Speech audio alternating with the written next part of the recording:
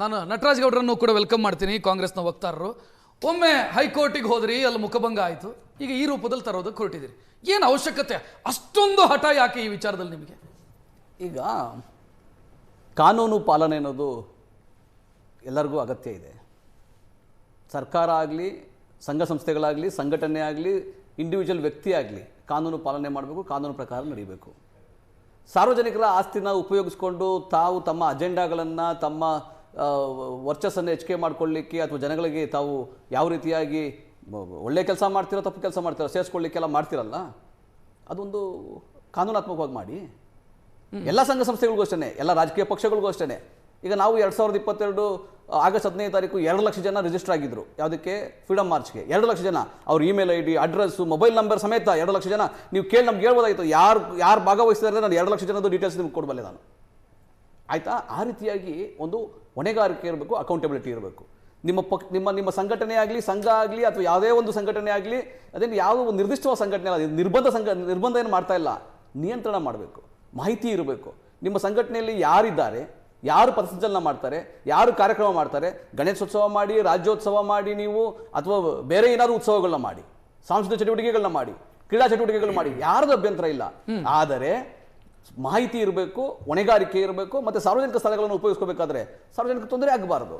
ಇದು ಪಥಸಂಚಲನ ಆದಾಗ ನಾವು ಕಲಬುರಗಿ ವಿಷಯಕ್ಕೆ ನೀವು ಅದನ್ನ ಮುಖಭಂಗ ಆಯಿತು ಅಂದ್ರಲ್ಲ, ಕಲಬುರಗಿ ವಿಷಯದಲ್ಲಿ ಅದು ಮುಖಭಂಗ ಅಲ್ಲ, ಕಾನೂನು. ಕೇಳಿ, ನಾವು ಸರ್ಕಾರ, ಆಡಳಿತ ಮಾಡೋ ಸರ್ಕಾರ ತಮ್ಮ ಹೊಣೆಗಾರಿಕೆ ಇರ್ತದೆ.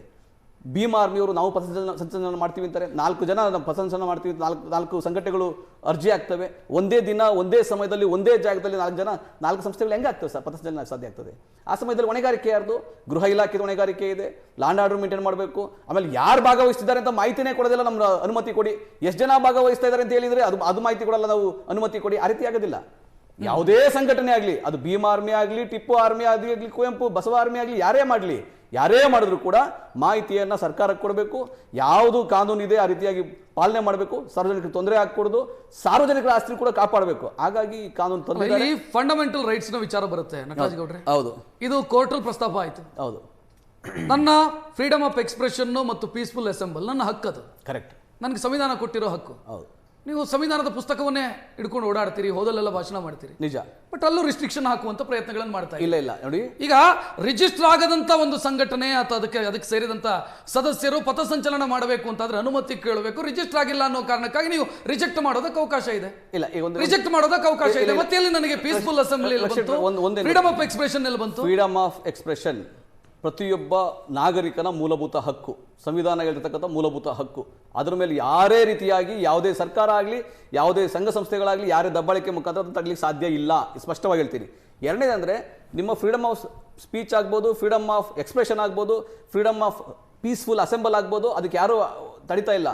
ಇಲ್ಲ, ಅದನ್ನೇ ಮಾಡ್ತಾ ಇದ್ದಾರೆ. ಕೇಳಿ, ರಿಜಿಸ್ಟರ್ ಆಗದಂತ ಸಂಘ ಸಂಸ್ಥೆಗಳು ಅರ್ಜಿ ಸಲ್ಲಿಸಿದ ಸಂದರ್ಭದಲ್ಲಿ, ರಾಜ್ಯ ಸರ್ಕಾರಕ್ಕೆ ಅರ್ಜಿ ಸಲ್ಲಿಸಿದ ಸಂದರ್ಭದಲ್ಲಿ ಅದನ್ನು ರಿಜೆಕ್ಟ್ ಮಾಡುವಂತ ಎಲ್ಲಾ ಅಧಿಕಾರ ನಿಮಗಿದೆ ಅಂತಂದ್ರೆ, ನಾನು ಒಟ್ಟು ಸೇರೋದಕ್ಕೆ ಅವಕಾಶ ಇಲ್ಲ ಅಂತ ಆಯ್ತು ನನಗೆ.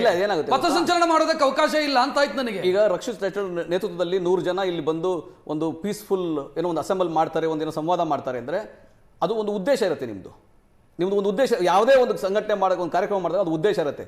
ಆ ಉದ್ದೇಶವನ್ನ ಸ್ಪಷ್ಟವಾಗಿ ಹೇಳಿದ್ರೆ, ಉದ್ದೇಶವನ್ನು ಸ್ಪಷ್ಟವಾಗಿ ಹೇಳಿ, ಮತ್ತೆ ಯಾರ್ಯಾರು ಭಾಗವಹಿಸ್ತಾರೆ ಸ್ಪಷ್ಟವಾಗಿ ಹೇಳಿದ್ರೆ ಖಂಡಿತವಾಗಿ ಯಾರಿಗೂ ತೊಂದರೆ ಬರೋಕ್ಕೆ ಸಾಧ್ಯನೇ ಇಲ್ಲ. ಯಾವುದೇ ಕಾನೂನಲ್ಲಿ ಅವರ ತಡಿಲಿಕ್ಕೆ ಯಾರಿಂದಲೂ ಸಾಧ್ಯ ಇಲ್ಲ. ಅದು ಕಡಖಂಡಿತವಾಗಿ ಅವ್ರಿಗೆ. ಶ್ರೀಕಾಂತ್ ಶೆಟ್ಟರು ಅಲ್ಲಿ ಮಾತನಾಡ್ತಾ ಇದ್ರು, ಇವತ್ತು ನಮ್ಮ ಕಾರ್ಯಕ್ರಮಕ್ಕೆ 3 ಜನ ಗೆಸ್ಟ್ಗಳು ಬರಬೇಕಿತ್ತು, ಅವರನ್ನ ಪೊಲೀಸರು ತಡೆದು ನಿಲ್ಲಿಸಿದ್ರು, ಬರಬಾರದು, ಮುನ್ನೆಚ್ಚರಿಕಾ ಕ್ರಮ ಅಂತ. ನಾಳೆ ದಿನ ಇಲ್ಲೂ ಅದೇ ಆಗತ್ತೆ. ಈ ವಿಧೇಯಕ ಜಾರಿ ಆದ ನಂತರ ಇದೇ ಆಗತ್ತೆ. RSS ನವರು ಅರ್ಜಿ ಸಲ್ಲಿಸಿದ್ರೆ, ಇಲ್ಲ ಕೊಡೋದಕ್ಕೆ ಬರಲ್ಲ, ಅವ್ರದ್ದು ರಿಜಿಸ್ಟರ್ ಆಗಿಲ್ಲ, ಅಸೋಸಿಯೇಷನ್ ಅವ್ರದ್ದು ಆರ್ಗನೈಸೇಷನ್ ರಿಜಿಸ್ಟರ್ ಆಗಿಲ್ಲ, ಅವಕಾಶ ಕೊಡೋದಕ್ಕೆ ಬರಲ್ಲ ಅಂತಾನೆ ತಡೀತೀರಿ. ಇಲ್ಲ, ಕಾನೂನಿನ ದುರ್ಬಳಕೆನೇ ಆಗುತ್ತೆ, ಅದೇ ಆಗತ್ತೆ ಅಂತ ಆತಂಕ ಇರೋದು. RSSಗೆ ಕೇವಲ RSS ಒಂದು ಬಾಡಿ ಅಲ್ಲ. RSSಗೆ 45-50 ಸಂಘಟನೆಗಳು ಅದಕ್ಕೆ ಪೂರಕವಾಗಿ ಕೆಲಸ ಮಾಡ್ತಾ ಇದ್ದಾವೆ. ಬಲಪಂಥೀಯ ಸಂಘಟನೆಗಳು ಬಹಳ ಇದಾವೆ, ಸಾಂಸ್ಕೃತಿಕ ಸಂಘಟನೆಗಳಿದ್ದಾವೆ, ಇನ್ನೊಂದು ಸಂಘಟನೆಗಳಿದ್ದಾವೆ.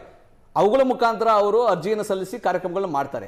ಬಟ್ ಸಿಂಪಲ್ ಆಗಿ ಏನು ಹೇಳ್ಬೇಕಂತಿದ್ದೀನಿ, ನೀವು ಕಾರ್ಯಕ್ರಮದ ಉದ್ದೇಶ ಏನು ಮತ್ತು ಯಾರ್ಯಾರು ಸೇರ್ತಾ ಇದ್ದೀರಿ, ಈ ಮಾಹಿತಿ ಅಂತ ಸರ್ಕಾರ ಅಂದರೆ ಗೃಹ ಇಲಾಖೆಗೆ ಇರಲೇಬೇಕಾಗ್ತದೆ. ಯಾಕಂದ್ರೆ ಕಾನೂನು ಸುವ್ಯವಸ್ಥೆ ಕಾಪಾಡಬೇಕು, ಸಾರ್ವಜನಿಕರ ಆಸ್ತಿಗಳನ್ನ ಕಾಪಾಡಬೇಕು, ಎಲ್ಲೂ ಯಾರಿಗೂ ಕೂಡ ಪರಸ್ಪರ ಯಾರಿಗೂ ಧಕ್ಕೆ ಆಗಬಾರ್ದು, ತೊಂದರೆ ಆಗಬಾರ್ದು, ಸೌಹಾರ್ದತೆ ಕಾಪಾಡಬೇಕು. ಇಂತೆಲ್ಲ ವಿಷಯ ಒಂದು ಕ್ಲಿಯರ್ ಆಗಿ ಕಾರ್ಯಕ್ರಮದ ಆರಂಭದಲ್ಲಿ ಹೇಳಿದೆ. ಹೇಳಿ, ರಾಜ್ಯ ಸರ್ಕಾರಕ್ಕೆ ಕಾನೂನುಗಳನ್ನ ತರುವಂತ ಎಲ್ಲಾ ಹಕ್ಕು ಇದೆ, ಖಂಡಿತ. ಎಲ್ಲಾ ಸ್ವಾತಂತ್ರ್ಯವೂ ಇದೆ. ಖಂಡಿತ. ಬಟ್ ಸಂವಿಧಾನದ ಬೇಸಿಕ್ ಸ್ಟ್ರಕ್ಚರಿಗೆ ಅದು ಧಕ್ಕೆ ತರಬಾರದು. ಖಂಡಿತ. ಕೇಶವಾನಂದ ಭಾರತಿ ಕೇಸು ಹೌದು. ಲ್ಯಾಂಡ್ ಮಾರ್ಕ್ ಜಡ್ಜ್ಮೆಂಟ್ ಅದು ಸರಿ. ಸಂವಿಧಾನದ ಬೇಸಿಕ್ ಸ್ಟ್ರಕ್ಚರಿಗೆ ಧಕ್ಕೆ ತರಬಾರದು ಯಾವ ಕಾನೂನು ಕೂಡ. ಇದು ತರ್ತಾ ಇದೆ ಅಂತ ಅನಿಸ್ತಾ ಇಲ್ಲ? ಇಲ್ಲ, ನಿಮ್ಮ ಮಾತು ನನಗೆ ಅರ್ಥ ಆಯ್ತು. ನೋಡಿ, ಯಾವುದೇ ಒಬ್ಬ ನಾಗರಿಕ, ಭಾರತೀಯ ನಾಗರಿಕನ ಮೂಲಭೂತ ಹಕ್ಕುಗಳಿಗೆ ಧಕ್ಕೆ ಆಗಬಾರದು.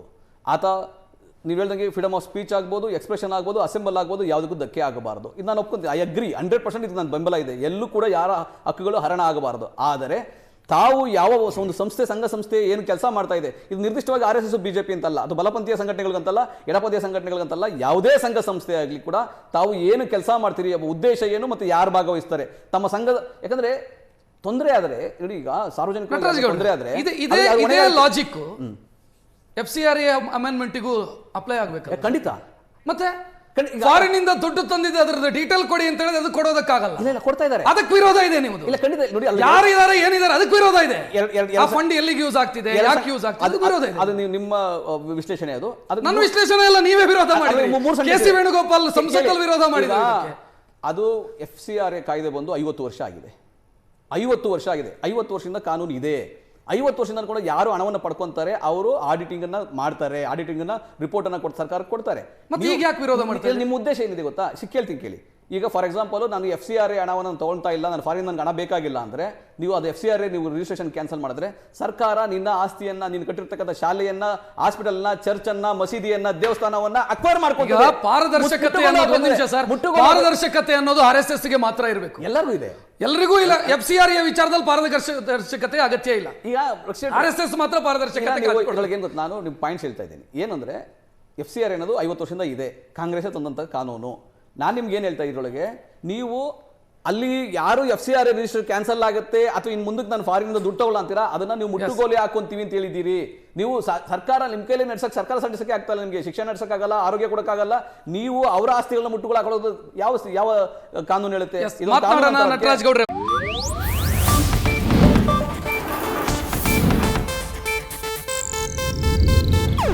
ಇದು ಏಷ್ಯಾನೆಟ್ ನ್ಯೂಸ್ ನೆಟ್ವರ್ಕ್ ಪ್ರಸ್ತುತಿ.